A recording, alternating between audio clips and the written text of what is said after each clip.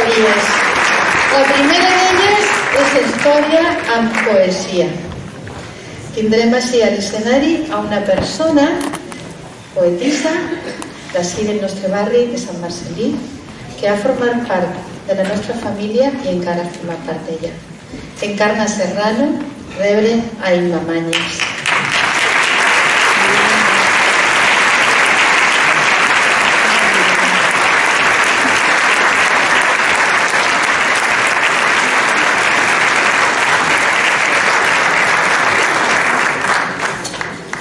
El micro, Imma, per si te fa falta. Sí, com vulguis. Bon dia a totes i a tots. Esteu guapíssimes, xiques, en aquests mantons. En primer lloc, donar-vos les gràcies per comptar amb mi en un dia com aquest.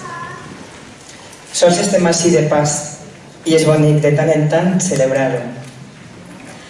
A mi m'agraden les coses menudes, eixes que de vegades pareix que no es vegen, però que sempre estan. La Coral de la Unió és una mostra del que us dic. És una branca menuda de la Unió Musical L'Horta, però que, malgrat ser menuda, sempre està. Va néixer fa 20 anys i ja, amb totes les seues peculiaritats, bones o menys bones, es manté, roman, resisteix, i això té el seu mèrit. I és que hi ha gent que, amb sols obrir la boca, arriba a tots els llimis de l'ànima.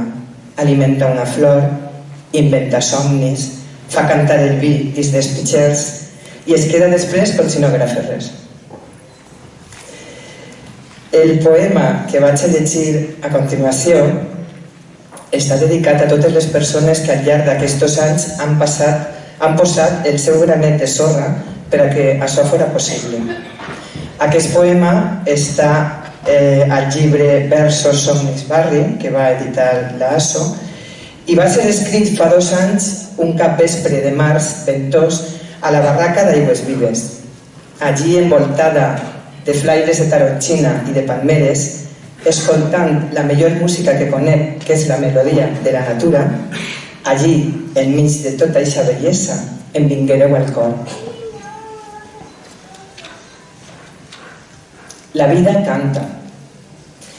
L'univers sencer festeja el misteri de la vida i un concert de cants d'ocell va marcant la melodia.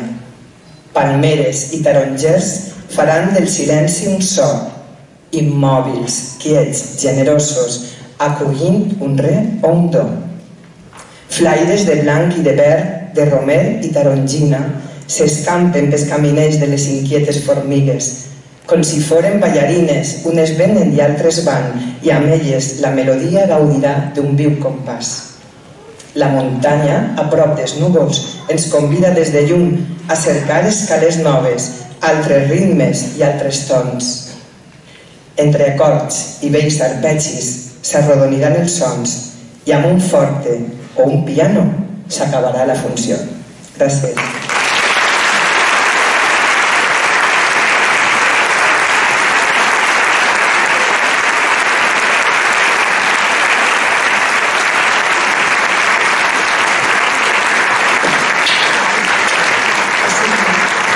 Gràcies, Imma. Que rosa.